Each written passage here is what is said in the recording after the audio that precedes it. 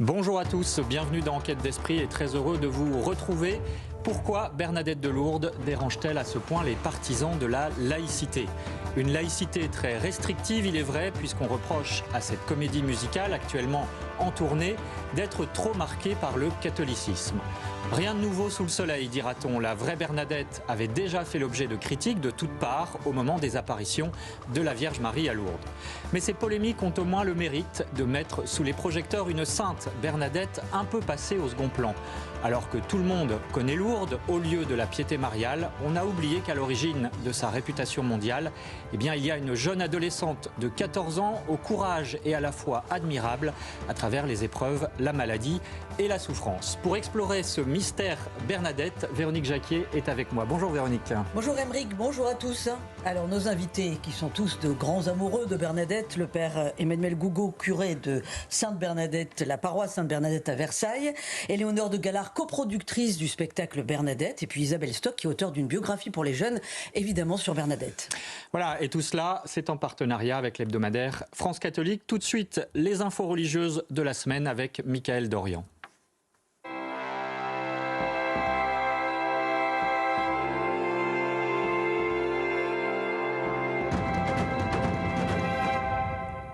Bonjour Michael, et on commence par parler de l'Arménie. Bonjour Aymeric, bonjour à tous. Oui, dans la région arménienne du Haut-Karabakh, l'Azerbaïdjan a fait retirer une nouvelle croix sur une église historique arménienne, un acte de vandalisme selon la convention de La Haye de 1954. Cette action symbolique s'inscrit dans une politique culturelle de turquisation des territoires occupés, mais pour le président de l'œuvre d'Orient, Monseigneur Pascal Golnisch, cela s'apparente même à un génocide culturel. On l'écoute.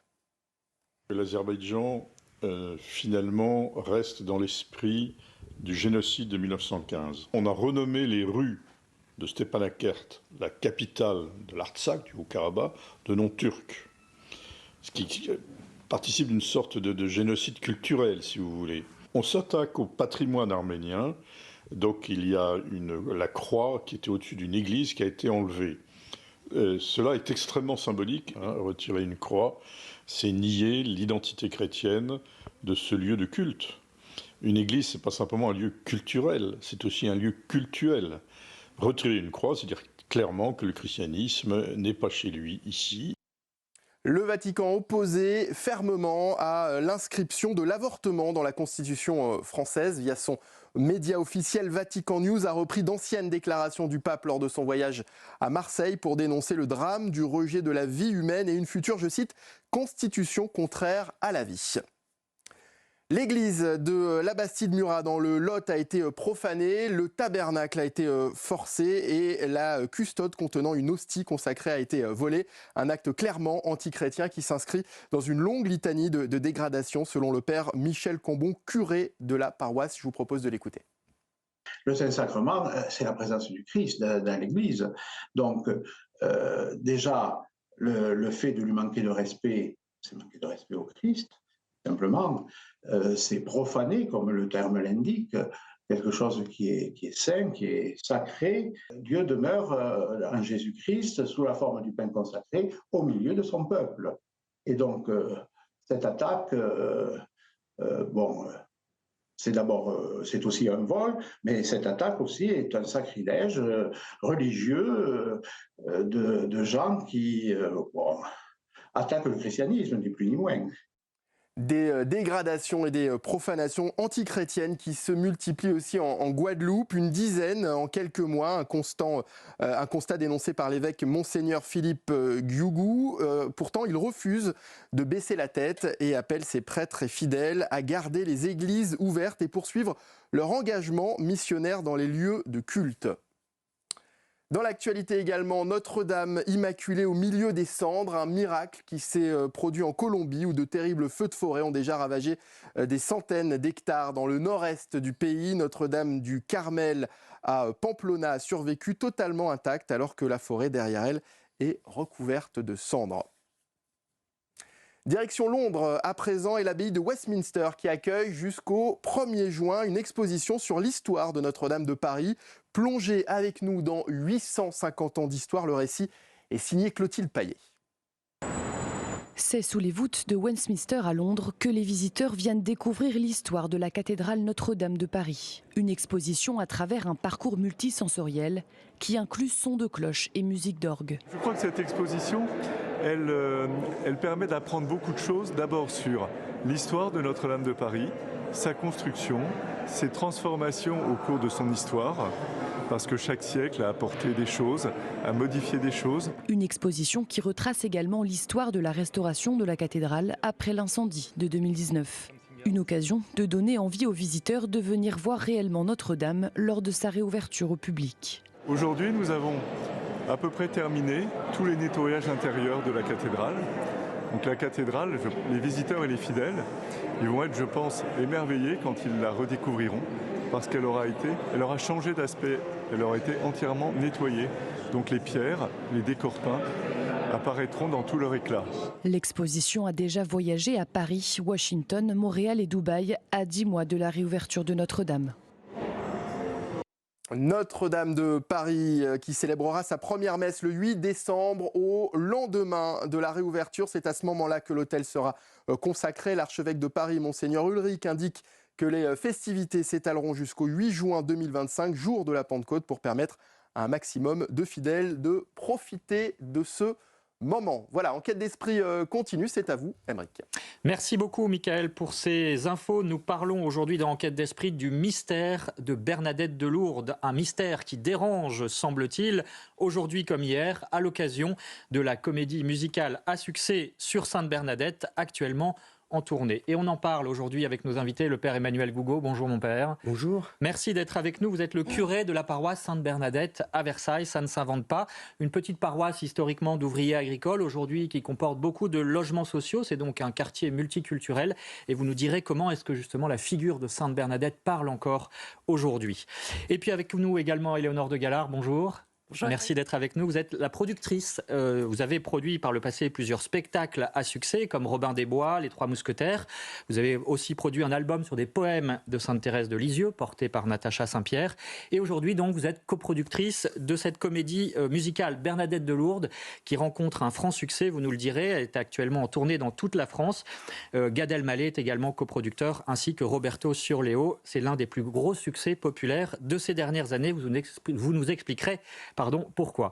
Et puis avec nous également Isabelle Stock, bonjour. Bonjour, merci d'être avec nous. Vous êtes professeur d'allemand en collège, auteur d'une biographie de Sainte Bernadette, justement, destinée aux jeunes. Vous nous expliquerez justement comment elle parle, cette sainte, à ce public jeune. C'est aux éditions de l'Emmanuel.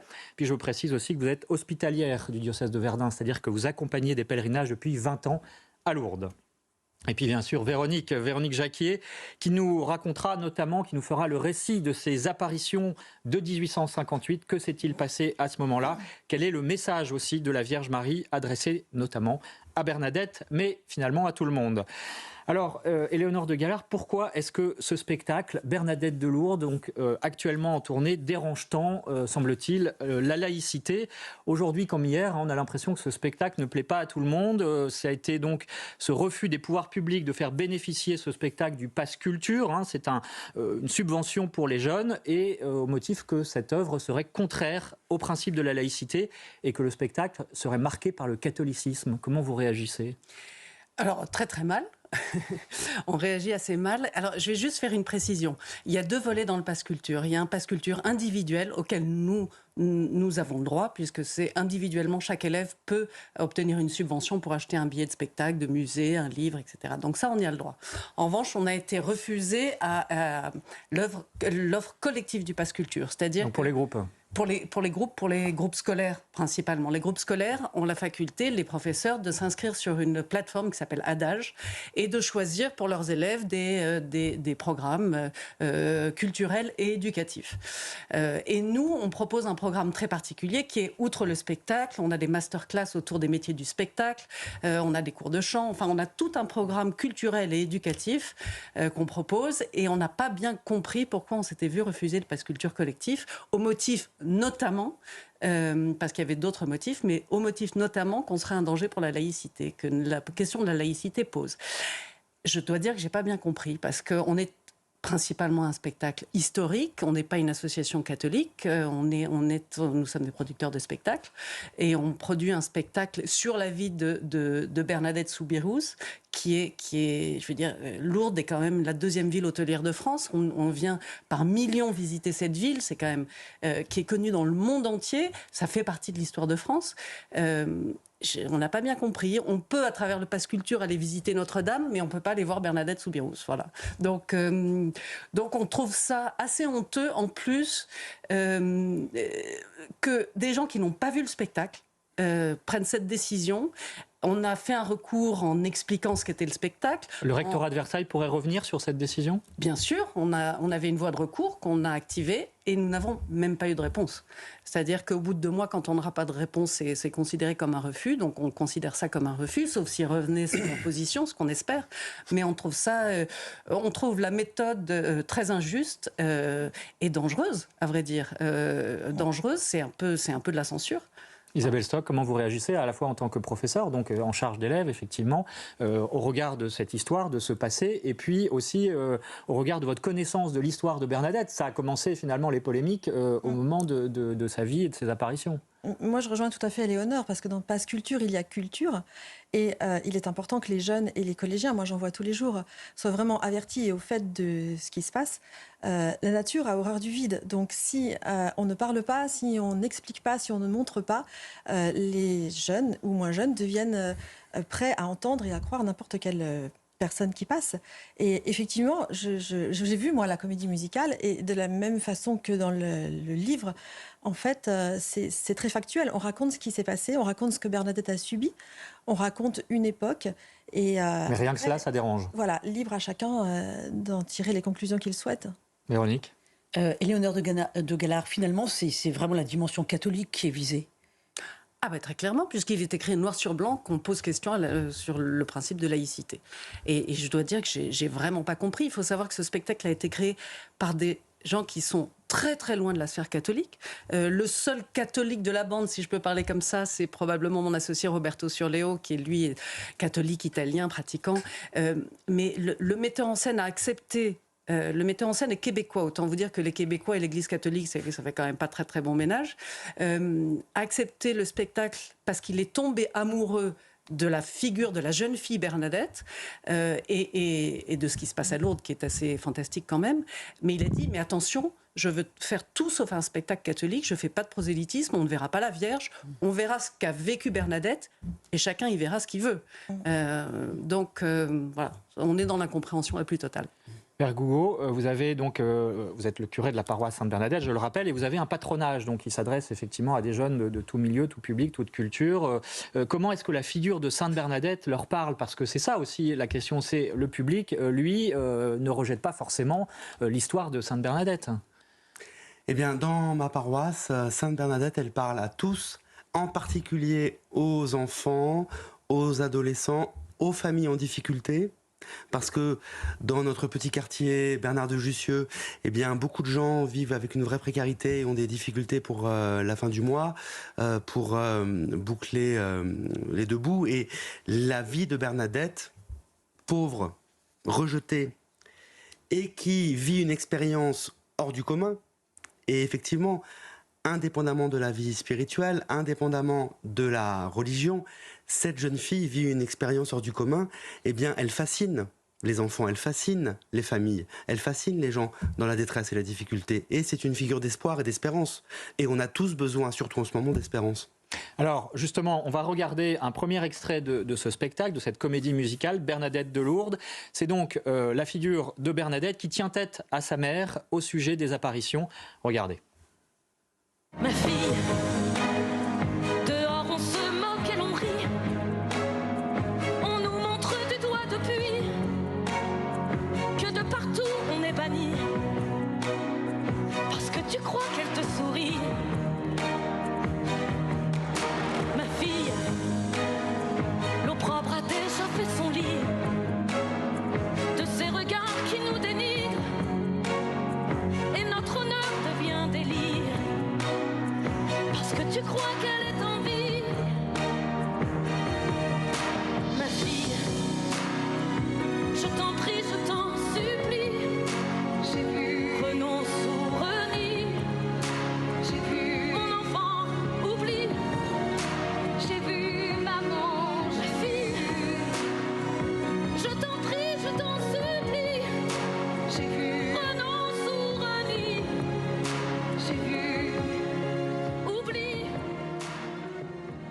Voilà, ces mots donc de Bernadette. J'ai vu donc les apparitions.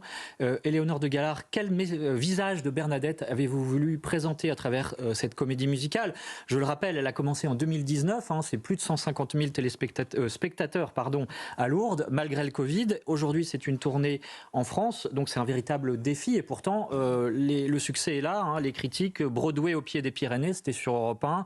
Un miracle mélodique, Le Monde, un spectacle musical grandiose, Le Figaro Magazine. Comment vous expliquez aujourd'hui que cette figure de Bernadette, de Lourdes, figure du 19e siècle, soit attractive en 2024? Alors, c'est amusant que vous citiez les médias, parce qu'en effet, produire un spectacle sur une sainte catholique, c'était sur une jeune fille qui est devenue une sainte catholique, c'était un challenge. Autant vous dire qu'on n'a pas été accueillis par les médias immédiatement. Ça a été un peu difficile de les convaincre de venir à Lourdes. Et une fois qu'ils sont venus, je pense justement que la force du spectacle, c'est que Serge Denoncourt, le metteur en scène, a voulu travailler sur la jeune fille, sur l'histoire de l'humain, de la jeune fille, et non pas sur la sainte. Donc on a pris toute la période des apparitions jusqu'à Nevers. Et je pense qu'on a été respectueux du message pour les catholiques, mais qu'on a ouvert cette histoire pour toucher à peu près tout le monde. Et ça a marché pour que on fasse la une du Monde qui parle de miracles mélodiques et de spectacles magnifiques. Enfin, c'était pas gagné quand même.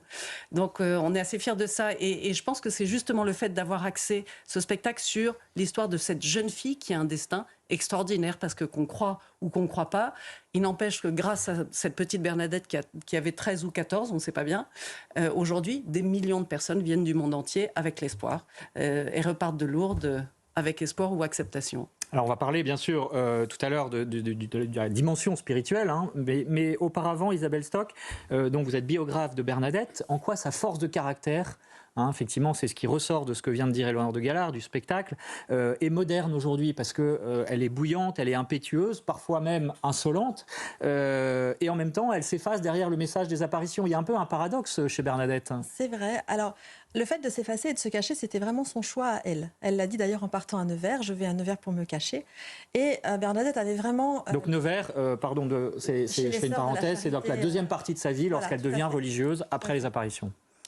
Et du coup, Bernadette le dit très bien, elle veut se cacher, elle ne veut pas que l'on parle d'elle. Pour elle, la priorité, c'est le message de Marie, c'est le message de Lourdes, et il ne lui appartient pas du tout de prendre une place. Et effectivement, alors, le père Laurentin, qui est le grand biographe... Le premier à avoir travaillé sur effectivement les archives. Il le dit bien, le secret de Lourdes, c'est Bernadette. Donc, il faut se pencher sur sa vie, sur son message, pour comprendre le message de Lourdes.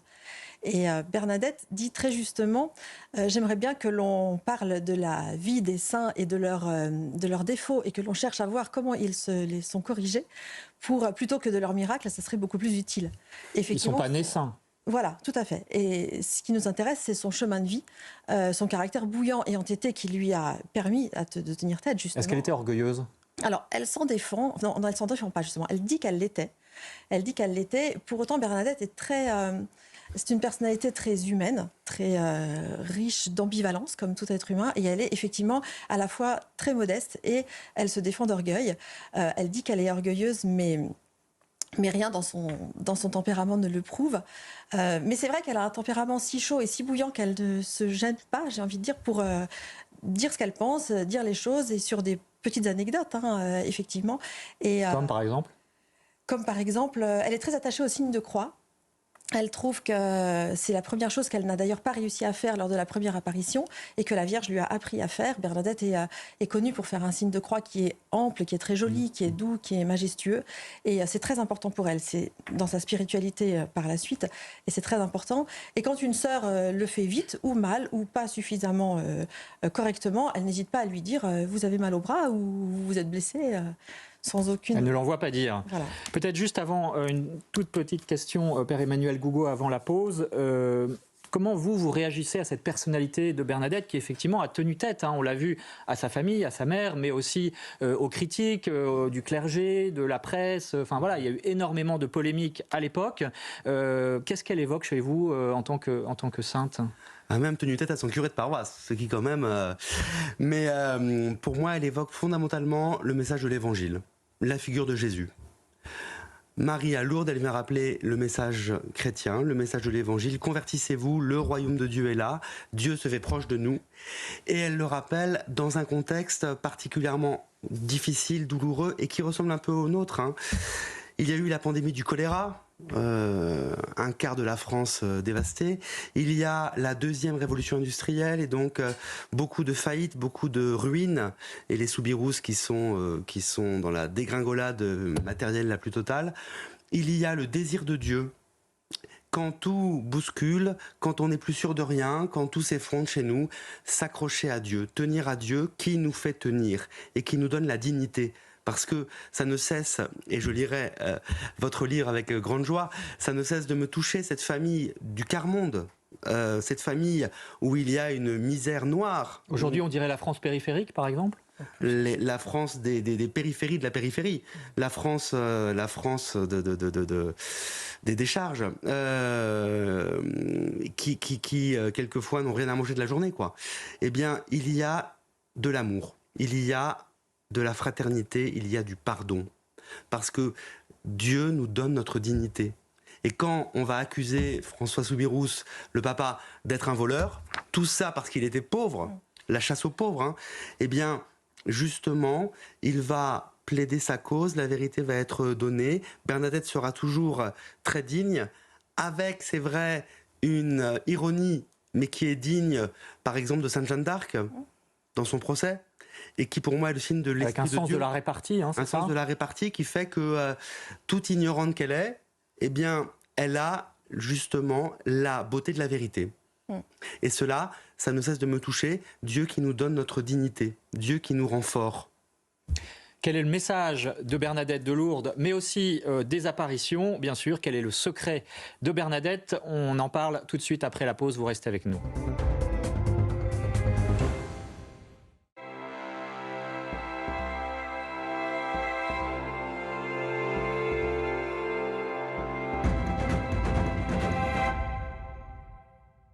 De retour dans Enquête d'Esprit, nous parlons du mystère de Sainte Bernadette de Lourdes à l'occasion de cette comédie musicale actuellement en tournée en France, une comédie musicale à succès. Nous sommes en compagnie de sa coproductrice, Éléonore de Galard. Nous sommes également avec le père Emmanuel Gougaud, le curé de Sainte Bernadette, la paroisse Sainte Bernadette à Versailles, et puis également Isabelle Stock, biographe pour les jeunes notamment. On verra comment cette figure de Sainte Bernadette parle aux jeunes aux éditions de l'Emmanuel, toujours en partenariat avec l'hebdomadaire France Catholique. Et bien sûr, Véronique Jacquier est avec nous. Nous parlerons dans un instant du message des apparitions quand même, parce qu'évidemment, Bernadette a été porteuse d'un message qui la dépasse. Le contexte, on en parlait juste avant la pause, c'est effectivement de la déchristianisation, mais aussi de la montée du marxisme. Bernadette est née 4 ans avant que Karl Marx publie son manifeste. La famille était dans une misère noire. Finalement, Père Emmanuel Gougaud, ils auraient pu basculer dans le marxisme à l'époque, parce que effectivement, une famille extrêmement pauvre. Comment se fait-il ? C'est la foi qui les a tenus hors de l'eau, si je puis dire ? Oui, c'est la foi qui nous rend dignes, c'est la foi qui nous donne l'espérance. C'est pas un opium du peuple ou une consolation, c'est la certitude qu'on est aimé et qu'on est accepté, qu'on est reçu par Dieu. Et on pourrait évoquer, vous le direz, mais l'humilité de Bernadette. À une époque de starification aujourd'hui, à une époque où tout se sait et on veut avoir un contrôle sur tout, Bernadette, elle reste dans la simplicité, dans la petitesse. Elle ne veut pas qu'on en parle. Ça la gêne de pouvoir d'être prise en photographie. Ça la gêne même qu'on lui donne de l'argent. Et donc, elle veut rester dans la discrétion. Elle se comparera, chez les religieuses, elle se comparera au balai en disant, la Vierge, quand on a besoin d'un balai, on le prend, on balaie et on le range. Eh bien, la Sainte Vierge, elle m'a pris, je suis son balai, après elle m'a rangé. Alors qu'elle aurait pu être étourdie par la popularité. Je cite un chiffre, 30 000 personnes qui sont venues la voir en 2 ans. C'est considérable. À l'époque, il n'y avait pas Instagram et il n'y avait pas les réseaux sociaux. C'est que la France bascule dans une société de classe. Il y a un capitalisme naissant qui se développe au XIXe siècle. La bourgeoisie qui est de fait aussi anticléricale et même anti-Dieu. On voit comment est-ce que l'argent devient le nouveau Dieu. Et à partir de là, comment ça entraîne la lutte des classes, ça entraîne la violence, ça entraîne la fracture entre les riches et les pauvres. Alors qu'une société chrétienne était une société sans classe sociale où personne ne mourait de faim parce que tout le monde prenait soin. Eh bien là, on entre dans une France fracturée, une France violente, enfin une société même européenne violente. Ça aboutit aux guerres mondiales. Hein. Et on y est toujours d'une certaine manière. Et malheureusement, on y est de plus en plus. Isabelle Stock, est-ce qu'on peut considérer que justement ces apparitions de la Vierge Marie à Sainte Bernadette ont été une forme de réponse à cet oubli ou reniement de Dieu dans l'histoire ? En quelque sorte, oui, je pense, effectivement. C'est l'ampleur que ça a pris, le message qui était passé, les commissions que Bernadette a faites, dont elle était heureuse. Oui, je pense aussi.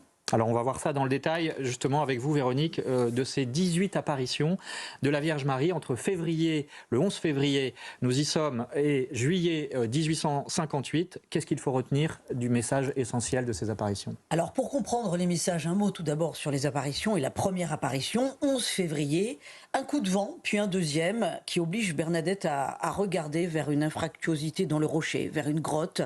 Et là, au pied de la falaise, la fameuse évidemment falaise où est construit désormais la basilique, et elle aperçoit une lumière douce comme un rayon de soleil dans cette lumière, et apparaît un sourire, un geste d'accueil, et puis une dame blanche, une merveilleuse dame blanche, dira-t-elle. Cette dame blanche fait très lentement le signe de croix. Bernadette ne comprend absolument pas à qui elle a affaire, mais spontanément, il y a une chose qu'elle a toujours avec elle dans sa poche, c'est son chapelet. Elle sort son chapelet, et là, elle voit la dame qui, sans prononcer les mots d'ailleurs, mais fait comme si elle égrenait le chapelet. Et donc Bernadette se trouve presque automatiquement à entrer en communion avec elle et à réciter son chapelet. Et elle apprend à faire très lentement le signe de croix. Alors le premier message est complètement silencieux, mais on voit cette belle dame blanche qui lui apprend finalement à faire le signe de croix et à réciter le chapelet. L'apparition fait signe à Bernadette d'approcher, mais Bernadette n'ose pas. Lors de la troisième apparition, le 18 février, la belle dame sort de son silence. Voulez-vous me faire la grâce de venir ici pendant 15 jours ? Je ne vous promets pas de vous rendre heureuse dans ce monde, mais dans l'autre. Et puis il y aura 4 apparitions silencieuses. Bernadette voit la Vierge, pure contemplation. Au milieu de la fameuse quinzaine, les 24 et 25 février, Bernadette reçoit là plusieurs messages. Elle entend par 3 fois pénitence, pénitence, pénitence, prier pour la conversion des pécheurs. Elle gratte la terre boueuse et trouve la source qui va opérer de nombreuses guérisons. D'ailleurs, la Vierge Marie lui demande de boire cette eau qui est boueuse. Vous allez nous expliquer, Père Gougo, de quoi il s'agit, parce qu'il y a quand même une symbolique très forte. La Vierge Marie demande aussi à Bernadette de manger de l'herbe. Donc imaginez, il y avait quand même plus de 800 personnes qui assistaient aux apparitions et qui se disaient « Mais qu'est-ce qui se passe ? Cette petite Bernadette est complètement folle ». Le 2 mars, Bernadette reçoit de la Vierge une mission. Allez dire aux prêtres qu'on vienne ici en procession et qu'on y bâtisse une chapelle. Et puis le 25 mars, parce que, évidemment, l'entourage de Bernadette presse la jeune fille de demander à l'apparition qui elle est. On veut un nom. D'abord pour savoir si la jeune fille n'est pas folle, et puis pour voir s'il n'y a pas supercherie. Donc en pleine nuit, Bernadette se réveille le 25 mars, ce qui est le jour de l'Annonciation. Elle part à la grotte saisie par un pressant désir. En pleine nuit donc, la Vierge est là, c'est la 16e apparition. Par 3 fois, Bernadette demande à la belle dame son nom. Et enfin, la 4e fois, la Vierge Marie lève les yeux au ciel, sans bouger la tête d'ailleurs, joint les mains et dit en patois « Je suis l'Immaculée Conception ». Bernadette ne sait absolument pas ce que ça veut dire. Elle reprend le chemin pour retourner à la maison en se disant « Faut pas que j'oublie ce qu'on m'a raconté là, même si je comprends pas ce que c'est ». Et elle répète mot pour mot cette phrase « Je suis l'Immaculée Conception » en patois au curé de Lourdes, l'abbé Péramal, qui lui vacille complètement sous le choc. Il comprend immédiatement à qui il a affaire, puisque le dogme de l'Immaculée Conception a été prononcé par l'Église catholique 4 ans auparavant. Merci Véronique pour ce résumé. Isabelle Stock, pourquoi est-ce que finalement Sainte Bernadette a été choisie par la Vierge Marie, alors que c'est peut-être une des plus pauvres du village de Lourdes à l'époque, elle parle patois, rien qui attire l'attention finalement. Pourquoi est-ce que la Vierge Marie ne choisit pas quelqu'un de plus éduqué qui serait justement capable de déployer ce message aux alentours et même au-delà ? Alors votre question est d'autant intéressante qu'en fait les détracteurs des apparitions se sont servis de cet argument-là au départ pour dire que les apparitions ne pouvaient pas être vraies parce que forcément la Vierge aurait choisi quelqu'un d'autre. Et comme on a comme on a accusé le père Soubirous à cause de l'état de sa misère, de la même façon on a dit ça ne peut pas être vrai puisque Bernadette est trop pauvre. Or, Bernadette dit elle-même que c'est justement parce qu'elle est la plus ignorante et que si on avait trouvé encore plus ignorante, c'est elle que la Vierge aurait choisie.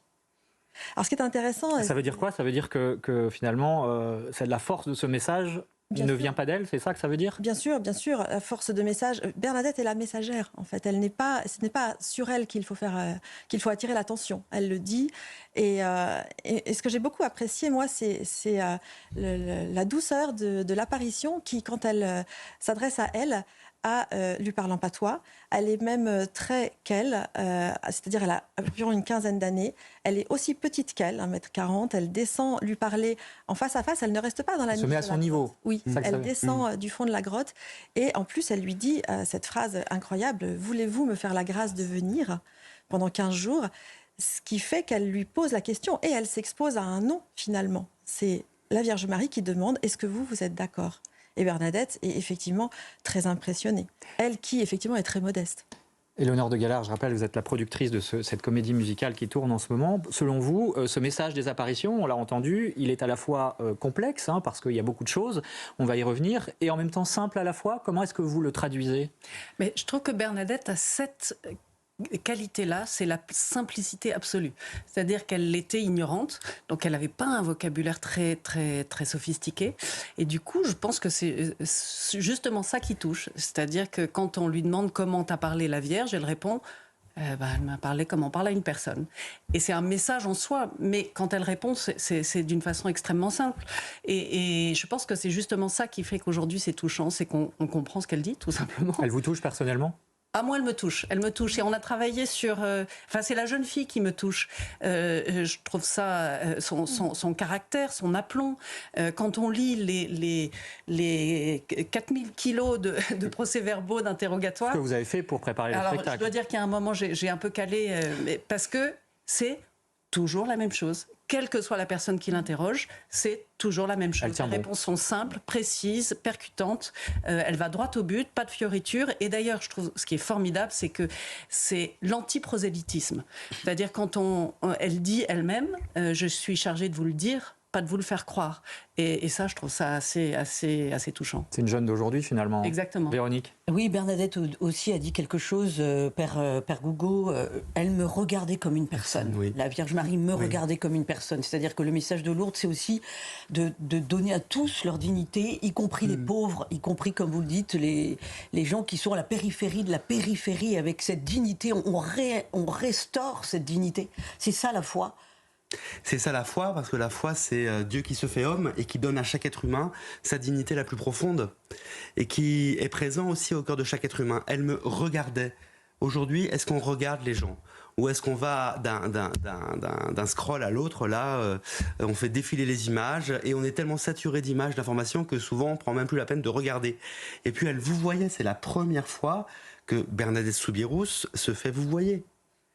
Elle était vouvoyée, elle est prise en considération. Et que notre regard puisse être un regard où l'autre se sent exister.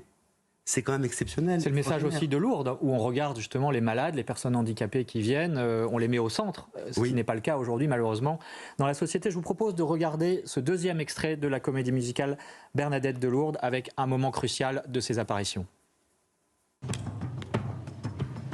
Une chapelle, rien que ça. Bah demain ce sera quoi, une basilique? Bon, est-ce que pour la procession, en es-tu bien sûr? Oui, monsieur le curé, j'en suis sûre. Bon, dis-moi mon enfant, si cette dame t'a parlé, elle t'a parlé comment? Bah, comme on parle à une personne.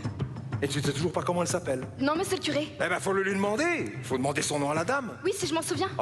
Eh bon, on lui fera pas construire une chapelle si on ne connaît pas son nom.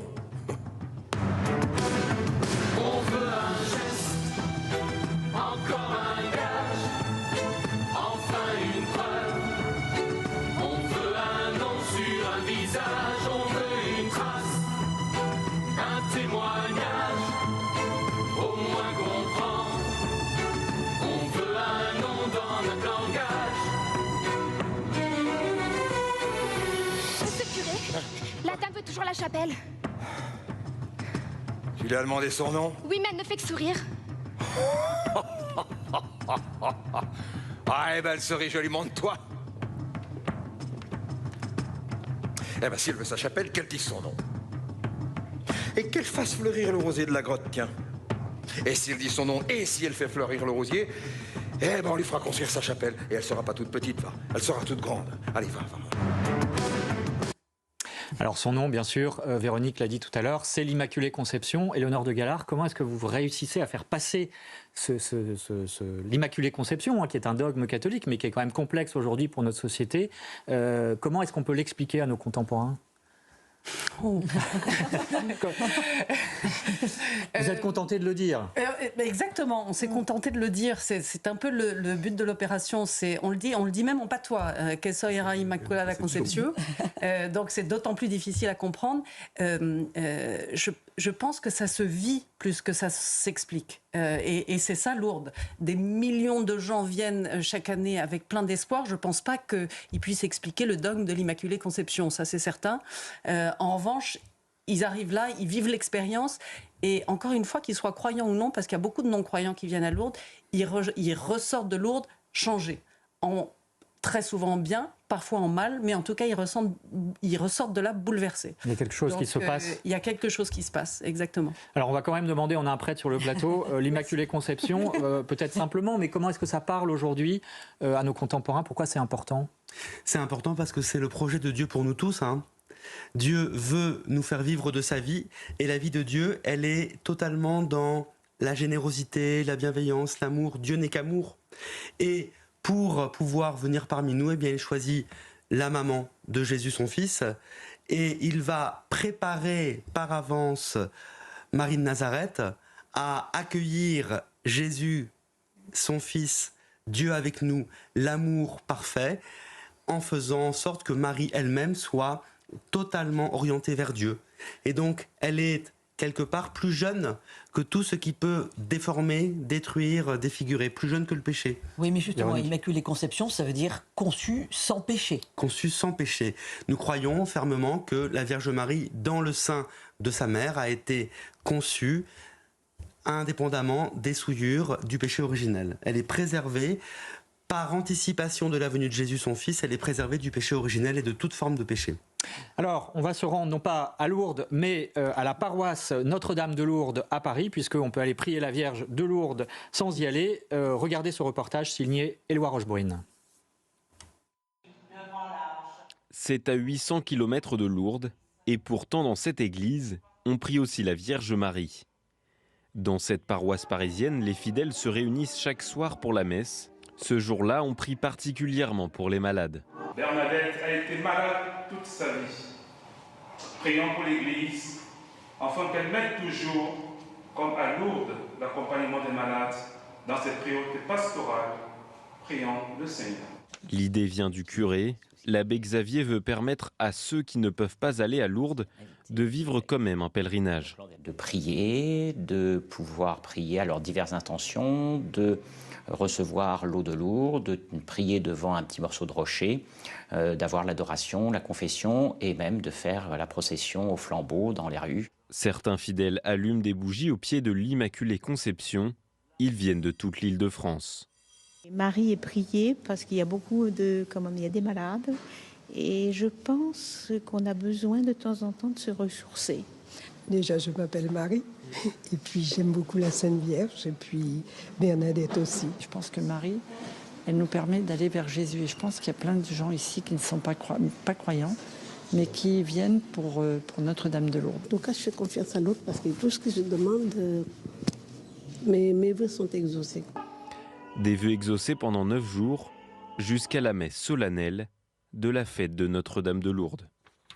Isabelle Stock, je rappelle que vous êtes biographe de Bernadette, une biographie publiée aux éditions de l'Emmanuel en direction des jeunes, mais vous êtes aussi accompagnatrice de pèlerinage depuis 20 ans et Lourdes dans l'imaginaire collectif, ce sont des miracles effectivement. Hein. Il y en a 70 qui ont été officialisés, si je puis dire, mais peut-être des milliers ou des millions d'autres. Est-ce que le premier miracle de Lourdes, finalement, ce n'est pas la foi ? On entendait cette figure de Bernadette qui parle aussi aux non-croyants. Est-ce que le miracle de Lourdes, c'est pas d'abord ça ? Si, bien sûr. Et c'est ce que j'ai voulu essayer de rendre un petit peu dans le livre, où effectivement, aux 2/3 du livre, à partir du mandement en 1862, où l'Église reconnaît que pour elle, Bernadette a bien vu la Vierge, et que Bernadette dit « j'ai fait ma commission », à ce moment-là, moi j'ai basculé en 2022, où effectivement on accompagne un groupe de jeunes qui part en pèlerinage avec la grand-mère ou les hospitaliers, et effectivement certains jeunes de 15 ans sont déjà allés, et puis d'autres y vont pour la première fois avec toutes les appréhensions, les doutes, les peurs et les angoisses que ça génère, parce que on se dit à 15 ans, est-ce que je vais aller à la messe toute la journée? Est-ce que je vais voir des malades? Qu'est-ce que ça va être en fait? Et c'est ce cheminement-là. Mais ça, vous l'avez vécu, je dirais, parce que ça, c'est donc raconté dans votre livre. Est-ce que vous l'avez vécu au cours de ces pèlerinages, justement, le fait que aujourd'hui, ça parle aux jeunes, ce message de Lourdes et de Bernadette? Oui, ça parle aux jeunes, ça parle aux moins jeunes, ça parle. On est tous différents, mais même en passant sous la grotte, si vous regardez et observez le visage de quelqu'un à l'entrée de la grotte et à la sortie de la grotte, n'est pas tout à fait le même. Éléonore de Galard, cette dimension miraculeuse, comment est-ce que ça vous parle? J'ai eu une conversation avec le père Régis Marie de la Tessonnière, qui est un grand... On va entendre tout à l'heure, parce qu'effectivement, il a inspiré le spectacle. Voilà, qui est un grand spécialiste de Bernadette. Et dans la bouche d'un prêtre, j'ai trouvé ça bien, il me dit, on n'est pas obligé de croire aux miracles, aux guérisons inexpliquées, aux miracles. En revanche, il y a quelque chose qu'on est bien obligé de constater, et pour moi, c'est miraculeux, c'est l'acceptation. C'est-à-dire que tous ces malades qui viennent à Lourdes en pèlerinage, s'ils sortent pas guéris, ils sortent avec quelque chose de plus grand encore, qui est l'acceptation de son état. Et donc une paix intérieure qui est tangible et donc qu'on ne peut que constater. Et ça, c'est assez miraculeux. C'est l'atmosphère de Lourdes qu'on y ressent quand on y va. Je ne sais pas ce que mais en tout cas, le résultat est là. Je crois encore plus fort que l'acceptation, parce qu'il peut y avoir un côté un peu de résignation. Ça s'appelle l'espérance, en fait. L'espérance, c'est bien de se rappeler ce que Dieu a fait pour nous, et comme il a fait pour nous, il continue à faire. Je suis toujours très frappé quand Marie dit à Bernadette, je ne vous promets pas le bonheur de ce monde, mais de l'autre.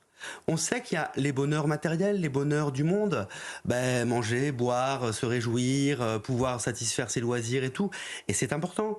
Mais il y a le bonheur de l'autre monde. Et le bonheur de l'autre monde, le bonheur de Dieu, c'est pas pour après la mort. Le message de l'autre, c'est bien ça. Le bonheur de l'autre monde, le bonheur de Dieu, il est pour maintenant. Et c'est le bonheur de la bienveillance, de la générosité, de l'espérance, de la douceur. C'est la certitude d'être aimé comme on est. C'est la certitude que c'est pas l'argent et le pouvoir et la force qui mènent le monde. Et à notre époque où tout va de plus en plus vite, on est de moins en moins sûr de rien, à une époque aujourd'hui où on vit comme si Dieu n'existait plus, c'est tellement important de pouvoir recevoir de l'espérance, de la compassion, de la bienveillance, de la générosité. Où est-ce qu'on les trouve? Et Lourdes, justement, comme un lieu spirituel fort pour tous, ou même sans être chrétien, sans pratiquer la foi, on reçoit cette espérance, cette bienveillance, cette compassion, qui sont des forces de la vie. Et ça permet aussi de traverser les épreuves. Et Bernadette n'en a pas manqué. Je voudrais qu'on écoute justement maintenant le père Régis Marie de la Tessonnière, qui a été conseiller donc du spectacle Bernadette de Lourdes, aussi de votre livre Isabelle Stock, et qui est l'auteur lui-même de la spiritualité de Bernadette. Justement, quelle est cette spiritualité, elle qui a vécu la maladie et la souffrance toute sa vie? Lors de la première apparition, elle a reçu la dame, elle ne savait pas qui c'était, la dame lui a appris à faire le signe de la croix, à bien faire le signe de la croix. Et ça l'a marqué pour toute sa vie. Et quand on fait le signe de la croix en prenant un peu son temps, voilà, en étant conscient de ce que l'on fait, on entre dans cette transformation que le Christ Jésus apporte par son amour à l'heure de la croix. Et on entre dans cette transformation. C'est ce que Bernadette a vécu dès le premier moment de la première apparition, et c'est ce qu'elle a vécu toute sa vie.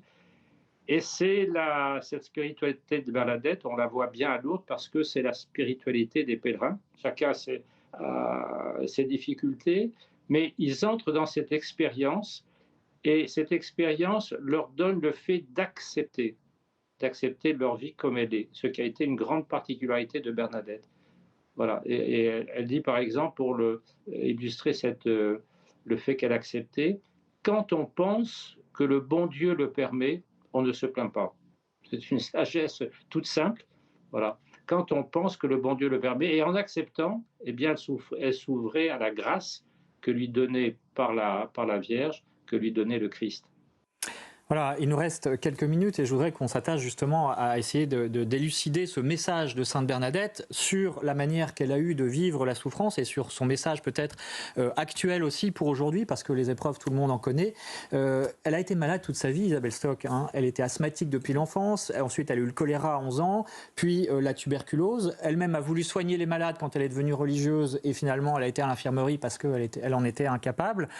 Qu'est-ce qu'elle nous dit de ce rapport à la souffrance et de la manière de le vivre le mieux possible? Alors Bernadette ne recherche pas la souffrance, elle l'accepte. C'est pas du masochisme, voilà. Du masochisme, Elle pardon. Mais elle ne la recherche pas. Elle a un bon sens qui ne lui fait jamais défaut. On dit d'elle d'ailleurs, le père Ravier disait qu'elle fait tout normalement, mais bien. Et effectivement, cette souffrance la rapproche du Christ toute sa vie. Au fur et à mesure, on dit que la Vierge Marie a été sa dame catéchiste. Et ensuite, elle s'est effectivement rapprochée. Et la souffrance lui a permis effectivement ce rapprochement-là. Pour autant, même la dernière semaine de sa vie, elle demandait à être soulagée aussi. Véronique. Oui, alors elle a quand même connu une intense souffrance, hein, puisqu'elle avait une tumeur au genou. À l'époque, il n'y avait pas de morphine, donc vraiment, ça a été très, très, très douloureux. Et elle incarne cette souffrance de tous les malades à Lourdes encore aujourd'hui. À la fin de sa vie, elle n'a voulu plus qu'une chose dans sa chambre, c'est justement la croix. Elle a fait enlever toutes les images de Lourdes où elle n'était plus jamais retournée. Et elle n'a voulu qu'une chose, c'est la croix. Quel message ? Quel message autour de Bernadette, de cet amour pour la croix, pour les malades justement qui regardent l'émission? Eh bien justement, c'est le signe que Jésus est vainqueur, que Jésus est vivant et que la mort, la maladie, la souffrance ne sont pas les derniers mots. Et qu'en regardant la croix, on voit combien Dieu nous aime parce qu'il n'a pas fait semblant. Il n'est pas resté tout seul là-haut dans son ciel, il est venu jusqu'à nous comme un humain et comme un humain qui souffre et qui souffre la violence et qui souffre la détresse, qui souffre le fait d'être complètement rejeté et la mort. Et c'est une formidable source d'espérance aujourd'hui pour tous ceux qui souffrent. Dans ma paroisse, qui est marquée, je le disais, par la précarité sociale, par l'immigration aussi, hein. Quand il faut le dire, moi je dois le dire en 27 langues parce que c'est un peu ce qu'on avait recensé dans la communauté. Et pour justement pouvoir encore mieux le dire, on construit une grande maison paroissiale pour pouvoir accueillir toutes les personnes du quartier, croyantes ou non, celles et ceux qui ont besoin justement de réconfort, d'espérance, de compassion. Paroisse Sainte-Bernadette, hein, je le rappelle. À Versailles. Elle est morte un mercredi de Pâques. On peut dire qu'elle a vécu une forme de carême toute sa vie, hein, encore une fois, avec ses épreuves, cette maladie, cette souffrance. C'est quand même mystérieux qu'elle ait été choisie pour vivre toute cette souffrance et malgré tout, son message rayonne dans le monde entier aujourd'hui. Au début de sa vie, elle était à Bartrès, un petit village un peu en hauteur où l'air est un peu meilleur qu'à Lourdes parce qu'elle était asthmatique. Elle était en nourrice. Chez sa nourrice et elle gardait les moutons. Donc elle avait une certaine sécurité alimentaire au moins, quoi, parce que elle avait au moins du pain tous les jours. Chez les Soubirous au cachot, dans leur grande pauvreté, il n'y avait pas à manger tous les jours. Et Bernadette va faire le choix de redescendre à Lourdes dans l'insécurité alimentaire, dans l'insécurité et le mauvais air, donc la maladie, pour faire sa première communion. Et ça, elle avait une soif de Dieu, un désir de Dieu extrêmement fort. Un désir de Jésus, le fait d'aller à la messe, le fait de pouvoir communier, et ça ne cesse de me toucher. Où est-ce que nous cherchons notre bonheur ? Véronique ? Oui, le message de la Vierge, faire pénitence, pénitence, pénitence, qu'est-ce que ça veut dire pour le monde d'aujourd'hui ? C'est changer de vie, c'est se rappeler que quand on vit comme si Dieu n'existait pas, ça finit toujours mal. Quand on vit comme si Dieu n'existait pas, on choisit d'autres dieux, le pouvoir et l'argent, souvent, hein, depuis toujours, c'est ça, et ça finit toujours mal. Quand elle mange de l'herbe amère, elle rappelle aussi, dans la tradition juive, la Pâque juive, où pour se rappeler que le péché, l'esclavage en Égypte, le refus de Dieu, c'est amer, ça a un mauvais goût, et ben on mange ces herbes amères. Quand elle prend la source, quand elle se débarbouille, quand elle prend l'eau de la source, eh bien elle nous rappelle aussi le baptême. Se rappeler son baptême, c'est-à-dire cette vie de Jésus qui nous est donnée dès maintenant. Le dernier mot pour vous, Éléonore de Galard. J'ai trouvé cette citation en préparant cette émission au sujet de Bernadette. Une fleur de montagne au bord d'un ruisseau, c'est-à-dire qui a poussé sur un sol pierreux, qui a percé la neige, qu'on ne s'attend pas à trouver là et qui a vaincu donc le scepticisme, les menaces. Un bon résumé pour vous de cette figure de Sainte Bernadette de Lourdes ? C'est exactement ça.